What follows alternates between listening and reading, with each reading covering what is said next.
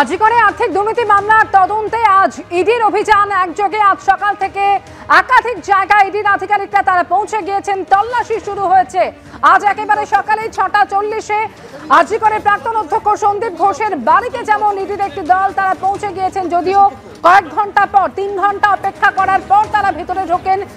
त्योहार और प्यार लाती है रिश्तों में ढेर सारा मिठास। परंपरा वही, सोच नहीं। आदि मोहिनी मोहन कांजीलाल একযোগে একের পর এক জায়গায় আজ সকাল থেকে ইডির তল্লাশি।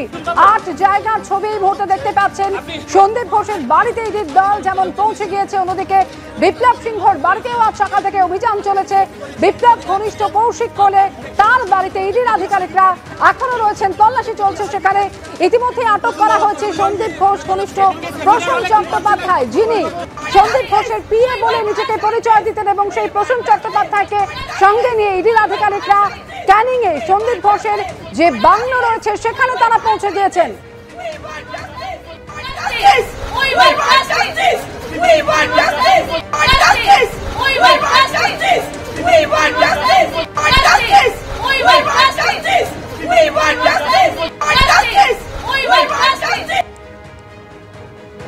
এখনো পর্যন্ত আর্থিকর দুর্নীতি মামলার তদন্ত যতদূর এগিয়েছে, একাধিক সূত্র খুঁজে পেয়েছে গোয়েন্দারা, এবং সেই সমস্ত তথ্যের সূত্র ধরে আজকে তারা একাধিক জায়গায় পৌঁছে গিয়েছেন, যার মধ্যে অন্যতম সন্দীপ ঘোষের এই বাংলো। ক্যানিং এ যে বাংলো রয়েছে 2 বিঘা জমির ওপর একটি অট্টালিকা বলা যায়, এবং ক্যানিং এ সেই বাড়িতে সন্দীপ ঘনিষ্ঠ প্রসূন চট্টোপাধ্যায়, যাকে ইতিমধ্যে আটক করা হয়েছে, সেই প্রসূন চট্টোপাধ্যায়কে সঙ্গে নিয়ে ইডির আধিকারিকরা সেখানে রয়েছেন। কেন্দ্রীয় বাহিনীকে সঙ্গে নিয়ে সেখানে চলছে তল্লাশি। অন্যদিকে বেলেঘাটার এই সেই বাড়ি যেখানে আজ সকালে ইডির আধিকারিকরা পৌঁছে যান। সকাল 6:40-এ পৌঁছে যাওয়ার পর 3 ঘন্টা অপেক্ষা করার পর তারা ভেতরে ঢোকেন। প্রায় 7 ঘন্টা হতে চলল, ইডির আধিকারিকরা এখনো সেখানে রয়েছেন। বিভিন্ন জায়গা থেকে সরাসরি এই মুহূর্তে আমাদের সঙ্গে রয়েছেন আমাদের প্রতিনিধিরা। একদিকে ক্যানিং থেকে রয়েছেন পুরুষোত্তম পণ্ডিত, বেলেঘাটা থেকে রয়েছেন ব্রতদীপ ভট্টাচার্য, সেখানে ইডির তল্লাশি চলছে। সাঁকরাইলেও চলছে তল্লাশি, রুমা পাল সরাসরি সেখান থেকে রয়েছেন। অন্যদিকে এয়ারপোর্টে সন্দীপ ঘোষের শালিকার যে ফ্ল্যাট রয়েছে সেখানেও পৌঁছে গিয়েছে ইডির আধিকারিকরা, এবং সেখান থেকে সুকান্ত মুখোপাধ্যায় আরেক প্রতিনিধি সরাসরি রয়েছেন। একেবারে প্রথমেই চলে আসবে পুরুষোত্তম পণ্ডিত আমাদের সঙ্গে ক্যানিং থেকে রয়েছেন। পুরুষোত্তম, কিছুক্ষণ আগেই তুমি সেই ছবি দেখাচ্ছিলে যে বাইরে কেন্দ্রীয় বাহিনী রয়েছে, এবং ভেতরে অর্থাৎ সন্দীপ ঘোষের যে বাংলো রয়েছে সেখানে ইডির আধিকারিকরা পৌঁছে গিয়েছেন, এবং সেখানে সঙ্গে নিয়ে গিয়েছেন প্রসূন চট্টোপাধ্যায়, যিনি সন্দীপ ঘোষ ঘনিষ্ঠ। এখন তল্লাশি কোন পর্যায়ে রয়েছে ইডি সূত্রে আর কি জানা যাচ্ছে পুরুষোত্তম?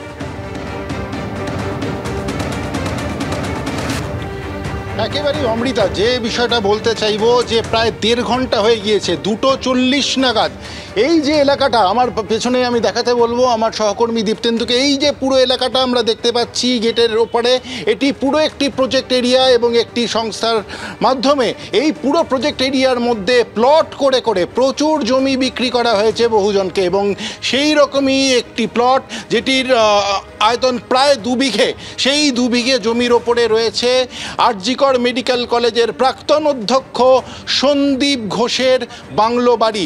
ফার্ম হাউস বানিয়েছেন তিনি সেখানে, এবং সেখানেই প্রসূন চট্টোপাধ্যায়কে, সেই প্রসূন চট্টোপাধ্যায় যিনি নিজেকে সন্দীপ ঘোষের পিএ বলে পরিচয় দিতেন, সেই প্রসূন চট্টোপাধ্যায়কে আটক করে নিজেদের সঙ্গে নিয়ে ইডি আধিকারিকেরা ঢুকেছেন ভেতরে তল্লাশি চালানোর জন্য।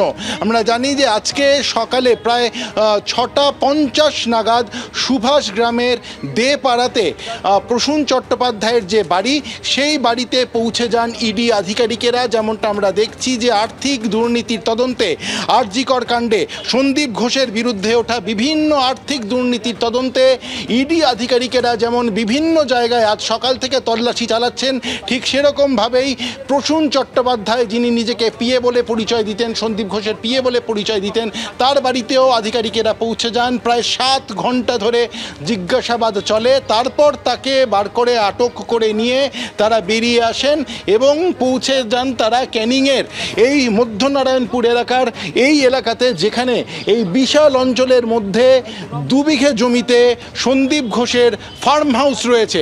ইডি সূত্রে যেটা জানা যাচ্ছে যে প্রসূন চট্টোপাধ্যায়ের বাড়িতে তল্লাশি চালিয়ে তাকে জিজ্ঞাসাবাদ করে তার ফোনের মাধ্যমে, তার ফোনের কল লিস্ট থেকে এবং অন্যান্য মাধ্যম থেকে বেশ কিছু তথ্যসূত্র তাদের হাতে এসেছে এবং ইডি আধিকারিকেরা মনে করছেন যে এখনো পর্যন্ত জিজ্ঞাসাবাদ করে এবং তার ফোন থেকে যে সমস্ত তথ্য উঠে এসেছে সেই সমস্ত কিছুর সূত্র ধরে এই মুহূর্তে গোয়েন্দারা তারা তল্লাশি চালাচ্ছেন।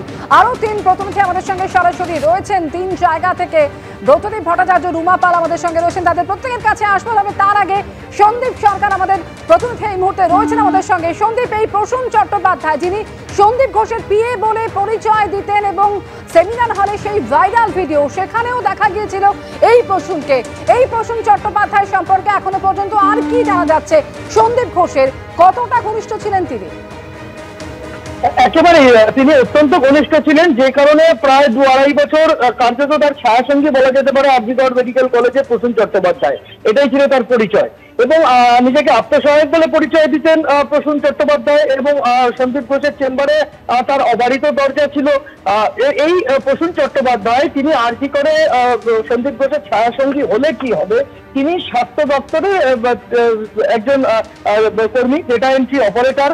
তাকে তার বেতন হতো ন্যাশনাল মেডিকেল কলেজ হাসপাতালে ডেটা এন্ট্রি অপারেটর হিসেবে এবং তিনি তার পোস্টিং ছিল ন্যাশনাল মেডিকেল কলেজের উপাধ্যক্ষ অর্থাৎ এমএসবিপির ঘরে তিনি ডিউটি করতেন।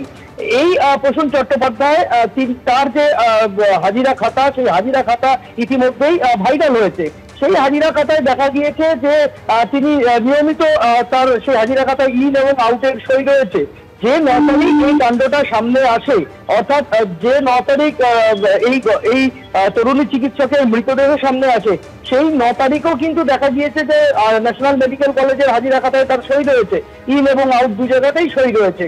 কিন্তু যে সময়ের ফুটেজ ভাইরাল হয়েছে সে সময় তিনি ন্যাশনাল মেডিকেলে ছিলেন না, সে সময় তিনি আরজিকরের ওই সেমিনার রুমের ভেতরে ছিলেন। ফলে অনেক প্রশ্ন এই প্রসূন চট্টোপাধ্যায়কে ঘিরেই আবর্তিত হয়েছে এবং হচ্ছে, যে কারণে তাকে জিজ্ঞাসাবাদ আজকে ইডি আধিকারিকরা করেছেন। সন্দীপ ঘোষের সহসঙ্গী হিসেবে যেহেতু তিনি ছিলেন, ফলে তার কাছ থেকে সন্দীপ ঘোষ সংক্রান্ত মামলার তদন্তে তথ্য পেতে চাইছেন তদন্তকারীরা। একেবারে এই প্রসূন চট্টোপাধ্যায় তাকে জিজ্ঞাসাবাদ করে আরো অনেক তথ্য জানার চেষ্টা করছেন তদন্তকারীরা। তবে আজকে একযোগে একের পর এক জায়গায় তল্লাশি, যে তল্লাশির ছবি সরাসরি আপনাদের সামনে তুলে ধরছি। এয়ারপোর্টের মিলনপল্লীর একটি আবাসন যেখানে সন্দীপ ঘোষের শালিকার ফ্ল্যাট রয়েছে, সেখানেও ইডির তল্লাশি চলছে। বিভিন্ন জায়গা থেকে আমাদের প্রতিনিধিরা রয়েছেন, রুমা পাল, অন্যদিকে ব্রতদীপ ভট্টাচার্য, পুরুষোত্তম পণ্ডিত, প্রত্যেকের কাছে আমরা আসছি। তবে সুকান্ত মুখোপাধ্যায়ের কাছে এই মুহূর্তে চলে আসবো। সুকান্ত, এই অর্পিতা বেরা যিনি সন্দীপ ঘোষের চালিকা, তাকেও তদন্তের আওতায় রাখছেন তদন্তকারীরা, ঠিক কি কারণে সুকান্ত?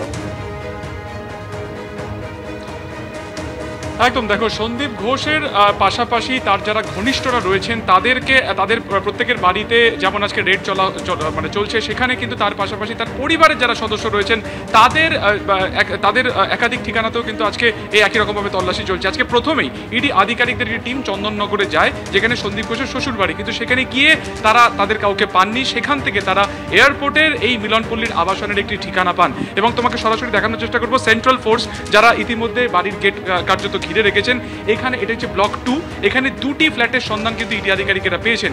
এই ব্লকের 2nd ফ্লোরে অর্পিতা বেরা, যিনি সন্দীপ ঘোষের সম্পর্কে শালিকা হন এবং তিনিও কিন্তু পেশায় চিকিৎসক এবং তিনি মানিকতলা ইএসআইতে কর্মরত, তার ফ্ল্যাটে এই মুহূর্তে রেড চালানো হচ্ছে। তার পাশাপাশি তার হাজব্যান্ড যিনি রয়েছেন তিনি, অর্থাৎ যার নাম হচ্ছে প্রীতিন বেরা, তিনি এসএসকেএম হাসপাতালে কর্মরত, তিনিও একই ফ্ল্যাটে থাকেন, সেখানেও একযোগে কিন্তু তল্লাশি অভিযান চালানো হচ্ছে এবং ইতিমধ্যে বেশ কিছু নথিপত্র উদ্ধার করা হয়েছে এবং এটি হচ্ছে ব্লক 2 এর। আরও একটি ফ্ল্যাট রয়েছে ঠিক এই ব্লকের পাশে, ব্লক 4। এখানে এসে তারা জানতে পারেন যে প্রীতিন বেরা এই আরজিকরে ঘটনার পরপর যখনই এই সন্দীপ ঘোষের নাম প্রকাশ্যে আসে, তখনই কিন্তু একটি ফ্ল্যাট আরেকটি তিনি ভাড়া নেন এবং সেখানে আগন্তুকদের কিন্তু এখানে যাতায়াত করতে দেখেছেন আবাসিকরা। পরবর্তী সময় তারা জানতে পারেন যে যারা এই ফ্ল্যাটে ভাড়া নেওয়ার পর এখানে যাতায়াত করতেন তারা সন্দীপ ঘোষের শ্বশুর বাড়ির লোকজন, অর্থাৎ ঘটনার পর থেকে তারা নিজেদের বাড়ি ছেড়ে এখানকার ফ্ল্যাটে এসে আশ্রয় নিয়েছেন। এখন প্রশ্ন হচ্ছে ঠিক কেন? 11:30 থেকে প্রায় এখন ঘড়িতে 4টে বেজে গেছে, অর্থাৎ 4.5 ঘন্টারও বেশি বেশি সময় তারা এখানে অভিযান চালাচ্ছেন এবং যে ফ্ল্যাটটি ভাড়া নেওয়া হয়েছিল আজকে সেখানে ইডি আধিকারিক গিয়ে সেখানে কাউকে পাননি। চাবি খুলে তারা ভেতর থেকে একটি কালো ট্রলি ব্যাগ উদ্ধার করেছেন, বেশ কিছু নথিপত্র উদ্ধার করেছেন এবং সেইগুলো এখন আবার এই শালিকার ফ্ল্যাটে এনে সেখানে কিন্তু তথ্য তল্লাশ করা হচ্ছে। ফলত জানার চেষ্টা তারা তদন্তকারীরা এই কারণেই করছে যে সন্দীপ ঘোষের এখনো পর্যন্ত এই গোটা আর্থিক তছরূপে যে সমস্ত সম্পত্তি মিলেছে সেই সম্পত্তির ভাগিদার হিসেবে সম্পত্তির আর কোথায় কোথায় আর কেউ বেনিফিটেড হয়েছে কিনা সেই খোঁজখবরই কিন্তু তারা করতে চাইছেন এবং সেই কারণে পরিবারের সদস্যদের শেষ বা সাম্প্রতিক সময় কত কার সম্পত্তি কোথায় ইনভেস্ট করা হয়েছে, তাদের ব্যাংক ব্যালেন্স কি আছে, এই যাবতীয় বিষয় তারা খতিয়ে দেখছেন। আপাতত যাবতীয় নথিপত্র তারা খুঁটিয়ে দেখছেন এবং আজকে 11:30 থেকে প্রায় 4টা অর্থাৎ 4.5 ঘন্টা হয়ে গেছে, একেবারে 4-4.5 ঘন্টা হয়ে গেছে। এখনো পর্যন্ত ইডির যারা আধিকারিকেরা তারা তল্লাশি এবং জিজ্ঞাসাবাদ চালিয়ে যাচ্ছেন। আর এইবারে আপনাদের সন্দীপ ঘোষের বেলেঘাটার বাড়িতে নিয়ে যাব। তার কারণ ভোর 6:40 ইডির 4 জন আধিকারিক তারা পৌঁছন, তারপরে 3 ঘন্টা পরে তারা ভেতরে প্রবেশ করতে পারেন, অর্থাৎ প্রায় 7 ঘন্টা হতে চললো। এখনো পর্যন্ত ইডি আধিকারিকেরা সন্দীপ ঘোষের বেলেঘাটার বাড়িতে রয়েছেন, অর্থাৎ 9:30 থেকে ঘড়ির কাঁটায় যখন 4:10 ঠিক কি এখনো পর্যন্ত জিজ্ঞাসাবাদ তল্লাশিতে উঠে এলো আমাদের প্রতিনিধি ব্রতদীপ ভট্টাচার্য বিস্তারিত বলতে পারবেন। ব্রতদীপ, প্রসূন চট্টোপাধ্যায় বলো কিংবা সুমন হাজরা, বিপ্লব সিংহ কিংবা আফসার আলী, যাদের যাদের নাম উঠে এসেছে এখনো পর্যন্ত এবং যাদেরকে সন্দীপ ঘোষের এই চক্রের মধ্যে বলা হচ্ছে তারা কিন্তু সন্দীপ ঘোষের এই চক্রের একদম নিচু তলায় রয়েছেন, যার মাথায় রয়েছে সন্দীপ ঘোষ। কিন্তু সন্দীপ ঘোষের মাথায় কে, অর্থাৎ সন্দীপ ঘোষের মাথার উপর কার হাত রয়েছে, যার মদদে এতদিন ধরে এই দুর্নীতি চক্র সন্দীপ ঘোষ চালাচ্ছিলেন, এখন তারই উত্তর কিন্তু খুঁজছেন ইডি আধিকারিকরা। তার পাশাপাশি সন্দীপ ঘোষের যে সমস্ত স্থাবর অস্থাবর সম্পত্তির হদিশ পাওয়া গিয়েছে, একটি সম্পত্তির হদিশ কিছুক্ষণ আগেই পুরুষোত্তম দেখাচ্ছিল ক্যানিংয়ে যে বাংলো পাওয়া গিয়েছে, সেই সমস্ত সম্পত্তিও কিন্তু ইডি স্ক্যানারে রয়েছে এবং সেই সমস্ত সম্পত্তির সঙ্গে সন্দীপ ঘোষের আয়ের সঙ্গতি রয়েছে কিনা এই বিষয়টি কিন্তু জানার চেষ্টা করছেন ইডি আধিকারিকরা। সন্দীপ ঘোষের কোথায় কোথায় ব্যাংক অ্যাকাউন্ট রয়েছে এবং সেই ব্যাংক অ্যাকাউন্টগুলি থেকে কোথায় কোথায় লেনদেন হয়েছে, কার কার সঙ্গে লেনদেন হয়েছে, সন্দীপ ঘোষের থেকে কে কে বেনিফিটেড হয়েছেন, অর্থাৎ কারা কারা লাভবান হয়েছেন এই দুর্নীতির টাকায়, সেই বিষয়টির খোঁজ চালাচ্ছেন ইডি আধিকারিকরা। সন্দীপ ঘোষের স্ত্রী, তার কোথায় কোথায় ব্যাংক অ্যাকাউন্ট এবং কি কি সম্পত্তি রয়েছে সেই সমস্ত নথিও কিন্তু খতিয়ে দেখছেন ইডি আধিকারিকরা। প্রায় 7 ঘন্টা সময় ধরে কিন্তু সন্দীপ ঘোষের এই 4তলা বাড়িতে তারা লাগাতার তল্লাশি অভিযান চালিয়ে যাচ্ছেন। সন্দীপ ঘোষের স্ত্রী সঙ্গীতা দাস ঘোষ তিনি রয়েছেন, তাকে সামনে রেখেই কিন্তু তার বাড়িতে তল্লাশি অভিযান চলছে। এর আগে সিবিআই এসেছিল, তারপর সিবিআইয়ের হাতে গ্রেপ্তার হয় সন্দীপ ঘোষ, এরপর ইডি কিন্তু স্বতঃপ্রণীতভাবে এই মামলা তদন্তভার নেয় এবং তারপর আজকেই একেবারে সকালবেলায় 6:40 সন্দীপ ঘোষের এই বাড়িতে চলে আসেন। ইতিমধ্যেই কিন্তু জানো যে সুমন হাজরা এবং বিপ্লব সিংহের নাম আমি বলছিলাম, সেই সুমন হাজরা এবং বিপ্লব তারা কিন্তু ঠিকাদার, আরজিকর হাসপাতালে তারা ঠিকাদারি করতেন এবং যেটা অভিযোগ যে আরজিকর হাসপাতালে যত টেন্ডার এই সুমন এবং বিপ্লবকেই পাইয়ে দেওয়া হতো। সন্দীপ ঘোষ সেই টেন্ডার পাইয়ে দিতেন, তার বিনিময়ে মোটা টাকা কমিশনার নিতেন। এই সুমন এবং বিপ্লবকে সিবিআই গ্রেপ্তার করেছে, কিন্তু সে বিপ্লবের এক সঙ্গী তার বাড়িতে আজকে ইডি আধিকারিকরা হানা দিয়েছে।